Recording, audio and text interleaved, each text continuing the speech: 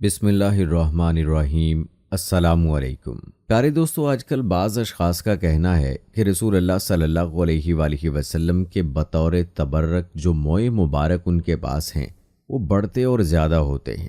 اسی تناظر میں آج کی ویڈیو تشکیل دی گئی ہے۔ اس بات میں کیا صداقت ہے، آج کی ویڈیو میں آپ جان سکیں گے۔ نبی کریم صلی اللہ علیہ وآلہ وسلم کے موئے مبارک کے حوالے سے صحیح روایات کیا ہیں اور اصل حقائق کیا ہیں، تمام تر تفصیلات جاننے کے لیے آپ سے گزارش ہے کہ ویڈیو کو آخر تک دیکھیے گا۔ تو چلیے شروع کرتے ہیں۔ پیارے دوستو، روایات میں آتا ہے کہ رسول اللہ صلی اللہ علیہ وآلہ وسلم نے حجۃ الوداع کے موقع پر یوم النحر میں منی میں تشریف لا کر جمرہ عقبہ کی رمی کے بعد اونٹوں کی قربانی کی۔ اس کے بعد مشہور اور صحیح قول کے مطابق معمر بن عبداللہ عدوی رضی اللہ تعالی عنہ سے اپنے سر مبارک کا حلق کرایا، پھر موئے مبارک تقسیم فرمائے۔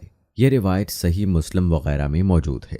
اسی طرح حضرت انس بن مالک رضی اللہ تعالی عنہ سے مروی ہے کہ رسول اللہ صلی اللہ علیہ وآلہ وسلم نے منی آمد کے بعد جمرہ کے پاس تشریف لا کر اس کی رمی کی، پھر منی میں اپنی اقامت گاہ تشریف لائے اور قربانی کی، پھر حلاق سے فرمایا لو، اور اپنے سر مبارک کی دائیں جانب اشارہ فرمایا، پھر اسی طرح بائیں جانب، پھر وہ موئے مبارک حضرت ابو طلحہ رضی اللہ تعالی عنہ کے واسطے سے لوگوں کو دینے لگے۔ دوستو، صحیح مسلم کی ایک اور حدیث میں حضرت انس بن مالک رضی اللہ تعالی عنہ سے مروی ہے کہ رسول اللہ صلی اللہ علیہ وآلہ وسلم نے جمرہ عقبہ کی رمی کی، پھر اونٹوں کی طرف تشریف لے گئے اور ان کا نہر کیا۔ حجام صحابی بیٹھے ہوئے تھے، آپ نے اپنے دست مبارک سے سر کی دائیں جانب حلق کے لیے اشارہ فرمایا تو انہوں نے آپ کے سر مبارک کے دائیں جانب حلق کیا۔ آپ نے ان بالوں کو اپنے قریب لوگوں میں حضرت ابو طلحہ رضی اللہ تعالی عنہ کے واسطے سے تقسیم فرمایا، پھر حجام صحابی سے فرمایا دوسری جانب حلق کرو۔ انہوں نے بائیں جانب حلق کیا، پھر آپ نے دریافت فرمایا ابو طلحہ کہاں ہیں؟ حضرت ابو طلحہ رضی اللہ تعالی عنہ حاضر خدمت ہوئے، پھر آپ نے وہ موئے مبارک ان کو دیے۔ اسی طرح حضرت انس بن مالک رضی اللہ تعالی عنہ سے مروی ہے کہ رسول اللہ صلی اللہ علیہ وآلہ وسلم نے جب اپنے سر مبارک کا حلق کرایا، حضرت ابو طلحہ رضی اللہ تعالی عنہ آپ کے موئے مبارک لینے والوں میں اول تھے۔ پیارے دوستو، اس امر میں روایات مختلف ہیں کہ حضرت ابو طلحہ رضی اللہ تعالی عنہ کو رسول اللہ صلی اللہ علیہ وآلہ وسلم نے سر مبارک کے دائیں جانب کے موئے مبارک دیے تھے یا بائیں جانب کے۔ شیخ ابن القیم رحمہ اللہ نے زائد المعاد میں اس پر قدر تفصیل کے ساتھ کلام کیا ہے۔ حافظ ابن حجر عسقلانی اور علامہ عینی رحمہ اللہ تعالی فرماتے ہیں کہ رسول اللہ صلی اللہ علیہ وآلہ وسلم نے دونوں جانبوں کے بال حضرت ابو طلحہ رضی اللہ تعالی عنہ کو دیے تھے، پھر دائیں جانب کے بال حضرت ابو طلحہ رضی اللہ تعالی عنہ نے آپ کے حکم سے لوگوں میں تقسیم کر دیے تھے، اور بائیں جانب کے بال آپ ہی کے حکم سے اپنی اہلیہ حضرت سلیم رضی اللہ تعالی عنہا کو دے دیے تھے۔ حافظ ابن حجر عسقلانی رحمہ اللہ حضرت جاشم الخیر رضی اللہ تعالی عنہ کے تعارف میں فرماتے ہیں کہ حضرت جاشم الخیر رضی اللہ تعالی عنہ نے حدیبیہ میں درخت کے نیچے رسول اللہ صلی اللہ علیہ وآلہ وسلم کے دست مبارک پر بیعت کی، اور نبی کریم صلی اللہ علیہ وآلہ وسلم نے ان کو اپنا کرتا مبارک، نالین مبارک اور اپنے کچھ موئے مبارک عنایت فرمائے تھے۔ دوستو، اصل سوال یہ ہے کہ رسول اللہ صلی اللہ علیہ وآلہ وسلم نے اپنے موئے مبارک حضرات صحابہ کرام رضوان اللہ اجمعین میں کیوں تقسیم فرمائے تھے؟ اس سلسلے میں علامہ زرقانی رحمہ اللہ فرماتے ہیں رسول اللہ صلی اللہ علیہ وآلہ وسلم نے اپنے موئے مبارک اپنے اصحاب میں اس لیے تقسیم فرمائے تاکہ وہ ان میں یادگار رہیں، اور اسی سے گویا آپ نے قرب وصال کی طرف اشارہ فرمایا۔ حکیم الامت حضرت مولانا اشرف تھانوی صاحب فرماتے ہیں حضور کا اپنا بال مبارک تقسیم کرنا اپنی تعظیم و عبادت کے لیے نہ تھا، بلکہ صحابہ کرام رضوان اللہ اجمعین کی محبت پر نظر کرتے ہوئے ان کے نزاع و قتال کے رفع دفع کرنے کے لیے تھا۔ اگر آپ صلی اللہ علیہ وآلہ وسلم اپنے بالوں کو دفن کراتے تو یقیناً صحابہ کرام رضوان اللہ اجمعین زمین سے ان کو نکالنے کی کوشش کرتے، اور عجب نہیں کہ قتال کی نوبت آ جاتی۔ دوستو، وجہ تو آپ نے جان لی، اس سے بھی زیادہ اہم یہ ہے کہ موئے مبارک کے ساتھ صحابہ کرام رضوان اللہ اجمعین کا کیا معاملہ تھا۔ تو یاد رہے کہ حضرات صحابہ کرام رضوان اللہ اجمعین کو حجۃ الوداع یا کسی عمرہ میں حلق کے موقع پر یا عام حالات میں بال تراشنے کے موقع پر رسول اللہ صلی اللہ علیہ وآلہ وسلم کے موئے مبارک حاصل ہوئے تو انہوں نے ان کو بحفاظت رکھا۔ حضرت خالد بن ولید رضی اللہ تعالی عنہ نے عمرے کے موقع پر رسول اللہ صلی اللہ علیہ وآلہ وسلم کے حاصل ہونے والے موئے مبارک اپنی ٹوپی میں سی کر رکھ دیے تھے۔ اسی طرح حضرت عبداللہ بن زید رضی اللہ تعالی عنہ کو رسول اللہ صلی اللہ علیہ وآلہ وسلم کی جانب سے موئے مبارک حاصل ہوئے تھے، انہوں نے بھی ان کو بحفاظت رکھا تھا۔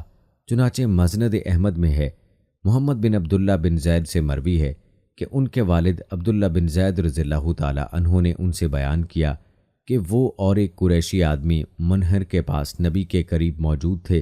اس دوران آپ صلی اللہ علیہ وآلہ وسلم قربانی کے جانور تقسیم فرما رہے تھے، ان کو اور ان کے ساتھی کو کوئی جانور نہیں ملا۔ رسول اللہ صلی اللہ علیہ وآلہ وسلم نے اپنے سر مبارک کا حلق اس طرح کرایا کہ موئے مبارک آپ کے کپڑے میں گریں۔ آپ نے انہیں موئے مبارک عنایت فرمائے اور کچھ موئے مبارک دوسرے لوگوں میں تقسیم فرمائے۔ آپ صلی اللہ علیہ وآلہ وسلم نے اپنے ناخن مبارک تراشے، وہ ان کے ساتھی کو دیے۔ راوی فرماتے ہیں وہ یعنی موئے مبارک ہمارے پاس ہیں جو ہنا اور ایک خاص قسم کے پودے کے رنگ سے رنگین ہیں۔ دوستو یہاں تک تو تذکرہ تھا نبی کریم صلی اللہ علیہ وآلہ وسلم کے موئے مبارک کا جو صحابہ رضوان اللہ اجمعین کو حاصل ہوئے۔ یاد رہے کہ رسول اللہ صلی اللہ علیہ وآلہ وسلم کے موئے مبارک حضرات صحابہ کرام رضوان اللہ اجمعین سے بعد والوں کو بھی حاصل ہوئے، جیسا کہ صحیح بخاری میں ہے۔ حضرت محمد ابن سیرین رحمہ اللہ سے مروی ہے کہ میں نے عبیدہ سلمانی سے کہا، ہمارے پاس نبی کریم صلی اللہ علیہ وآلہ وسلم کے چند موئے مبارک ہیں جو میں حضرت انس رضی اللہ تعالی عنہ سے، یا کہا کہ حضرت انس رضی اللہ تعالی عنہ کے خاندان کی جانب سے حاصل ہوئے ہیں۔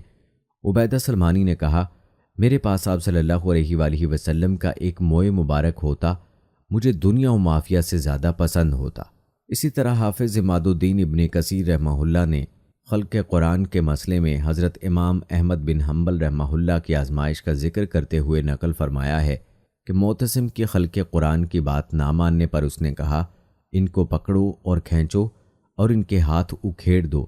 امام احمد رحمہ اللہ فرماتے ہیں کہ مجھے پکڑ کر کھینچا گیا اور میرے ہاتھ اکھیڑے گئے اور میری نظروں کے سامنے تازیانے لگانے کے لیے 2 لکڑیاں اور کوڑے لائے گئے۔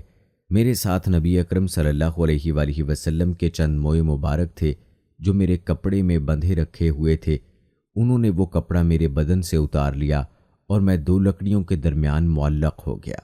اسی طرح حافظ شمس الدین ذہبی رحمہ اللہ نقل فرماتے ہیں، امام احمد بن حنبل رحمۃ اللہ علیہ فرماتے ہیں کہ نبی کریم صلی اللہ علیہ وآلہ وسلم کے موئے مبارک میں سے چند موئے مبارک مجھے حاصل ہوئے تھے جو میرے کرتے کی آستین میں تھے۔ اسحاق بن ابراہیم میرے پاس آ کر کہنے لگا، یہ بندھی ہوئی چیز کیا ہے؟ میں نے کہا، رسول اللہ صلی اللہ علیہ وآلہ وسلم کے چند موئے مبارک ہیں۔ خلیفہ کے آدمیوں میں سے ایک میرا کرتا پھاڑنے کے لیے لپکا تو معتصم نے کہا، اس کو مت پھاڑو، پس کرتا اتار لیا گیا۔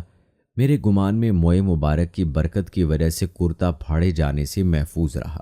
پیارے دوستو، اب تذکرہ کرتے ہیں موجودہ زمانے میں رسول اللہ صلی اللہ علیہ وآلہ وسلم کے موئے مبارک کے وجود کے حوالے سے۔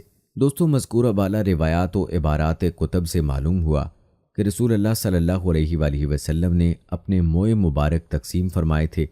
حضرات صحابہ کرام رضوان اللہ اجمعین نے انہیں بحفاظت رکھا، پھر انہی سے وہ موئے مبارک بعد والوں میں منتقل ہوئے۔ ممکن ہے کہ اسی طرح قرن بعد کرنے اور نسلاً بعد نسلاً موئے مبارک بعد والوں میں منتقل ہوتے ہوئے آج کے زمانے میں کسی کے پاس پہنچے ہوں اور وہ اس کے پاس موجود ہوں۔ ترکی میں استنبول کے مشہور عجائب گھر ٹاپ کاپی سرائے میں موجود تبرکات بشمول موئے مبارک کے متعلق شیخ الاسلام حضرت مفتی محمد تقی عثمانی صاحب اپنے مشہور سفر نامہ جہاں دیدہ میں تحریر فرماتے ہیں، یوں تو دنیا کے مختلف حصوں میں حضرت کی طرف منسوب تبرکات پائے جاتے ہیں، لیکن مشہور یہ ہے کہ استنبول میں محفوظ یہ تبرکات زیادہ مستند ہیں۔ ان میں سرکار دو عالم صلی اللہ علیہ وآلہ وسلم کا جبہ مبارک، آپ کی 2 تلواریں، آپ کا وہ جھنڈا جس کے بارے میں مشہور یہ ہے کہ وہ غزوہ بدر میں استعمال کیا گیا تھا، موئے مبارک، دندان مبارک، مقوقس شاہ مصر کے نام آپ کا مکتوب گرامی اور آپ صلی اللہ علیہ وآلہ وسلم کی مہر مبارک شامل ہیں۔ اسی طرح حکیم الاسلام حضرت مولانا قاری محمد طیب رحمہ اللہ علیہ فرماتے ہیں کہ ٹاپ کاپی کے میوزیم میں کئی ہال ہیں۔ ایک ہال میں حضور صلی اللہ علیہ وآلہ وسلم کی تلواریں چاندی کے ایک صندوق میں رکھی ہوئی ہیں، یہیں سونے کے صندوق ہیں۔ ایک میں حضور صلی اللہ علیہ وآلہ وسلم کے موئے مبارک اور مہر ہے جو عقیق کو تراش کر بنائی گئی ہے۔ مہر گلابی رنگ کے عقیق کی ہے اور بیضوی شکل کی ہے، اور حکیم الامت حضرت مولانا اشرف علی تھانوی قدس سرہ فرماتے ہیں کہ حجۃ الوداع میں حضور صلی اللہ علیہ وآلہ وسلم نے اپنے سر کے موئے مبارک اتار کر تقسیم فرمائے ہیں۔ ظاہر ہے کہ بال سر پر ہزاروں ہوتے ہیں، وہ کتنوں کے پاس پہنچے ہوں گے اور اس میں ایک ایک بال کے کتنے حصے کر کے ایک ایک نے آپس میں تقسیم کیے ہوں گے اور کتنے حفاظت سے رکھے ہوں گے۔ اس لیے اگر کسی جگہ موئے مبارک کا پتہ چلے تو اس کی جلدی تکذیب نہ کرنا چاہیے۔ پیارے دوستو، یہ تھی صحیح روایات اور حقائق نبی پاک صلی اللہ علیہ وآلہ وسلم کے موئے مبارک کے حوالے سے جو آپ تک پہنچائی گئیں۔ آپ نے ویڈیو کو زیادہ سے زیادہ شیئر کرنا ہے تاکہ یہ حقائق زیادہ سے زیادہ لوگوں تک پہنچ پائیں۔ پیارے دوستو، ہم یہ امید کرتے ہیں کہ آپ کو ہماری آج کی یہ ویڈیو ضرور پسند آئی ہوگی۔ اگر آپ کو ہماری آج کی یہ ویڈیو پسند آئی ہے تو سب سے پہلے تو اس کو لائک کریں اور اپنی رائے کا اظہار کمنٹ سیکشن میں لازمی کریں۔